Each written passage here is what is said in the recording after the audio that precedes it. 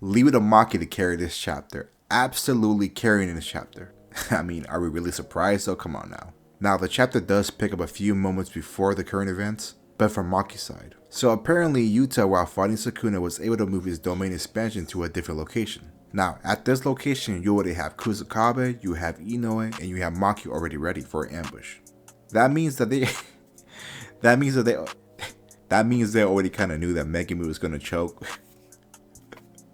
I find that hilarious. I mean, Jesus Christ, man. Now those three are there preparing for the signal that Yuta is gonna send out. So apparently when Yuta's domain broke, it was actually him, not Sukuna.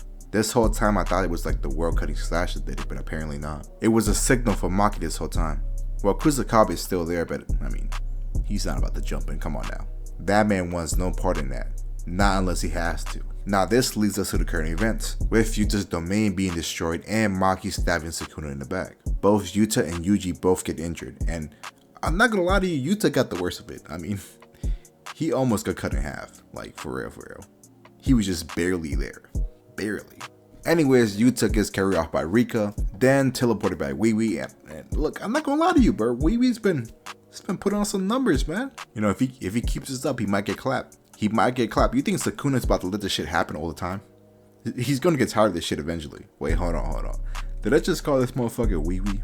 Wee. Hold on. Wee. Fuck. Damn, my bad, bro. My bad. Now, it turns out that Sukuna can't heal his heart properly anymore. He can still heal it, but he can't heal it the same way with reverse curse technique. And the reason for that is because Maki's sword actually hurts the soul. And we already know that one's soul is a lot harder to heal than, you know, a regular damaged body part.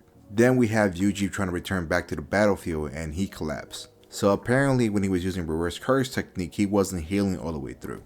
And it makes sense because Yuji is still very new to this. And right now his mind isn't really focused on himself, it's more focused on Megumi. So it makes sense that he would have trouble with that right now. Luckily Chozo is there to help him, you know, calm him down and remind him of the basics, you know. It's always important every time you forget something to go back to the basics. What a great brother. I mean, that's something I'm jealous of. I mean, I wish I had an older brother. Shit. Would have made a difference early on. Then after that, we get some panels of Maki and Sukuna going at it. I mean, it's always great to see Maki fight. I mean, she's just an amazing character and it's just, I love her fighting style. And I'm not gonna lie to you, she's giving Sukuna the work. I mean, she even throws him in the ground when he tried to grab her sword. And I know Sukuna is very nerfed right now, but I mean, look, beggars can't be choosers. I mean, we get what we get. All right, leave me alone. Then we get a panel of Sukuna destroying a building and throwing chunks of it at Maki. And why she's blinded by that, this motherfucker tries to sneakily throw a world cutting slasher, and she dodges it. She dodges it. I mean, come on now. I mean, put some respect on her name, bro. Like, she's really carrying this chapter.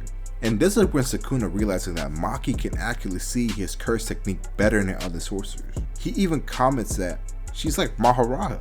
like, imagine that. Imagine that. That's crazy. Now, as much as I want to be happy, you have to remember that Sukuna is incredibly nerfed. It's incredibly nerfed. He doesn't even have a heart. So apparently, he actually does need a heart, but he keeps his blood flowing using like curse energy or some shit. I don't know. But that's how it works apparently. Now the POV does change back to, you know, Hikari and Urumi, and I'm like, bro, are you still fighting this chick, bro? Like, come on, Hikari, stop playing with the femboy, bro. Finish this guy off, alright? But then Hikari then states that with Sukuna curse energy actually decreasing with time, their victory is basically assured. Then the femboy Urumi corrects Hikari and basically says that Sukuna hasn't even tried to this point. Bro, how much power does this motherfucker have? Are you really, like, he hasn't tried? Bro, that's freaking bullshit. He hasn't tried, bro. You expect me to believe that? The motherfucker was fighting for his life last chapter. You telling me he wasn't trying? He was literally getting burnt to a crisp.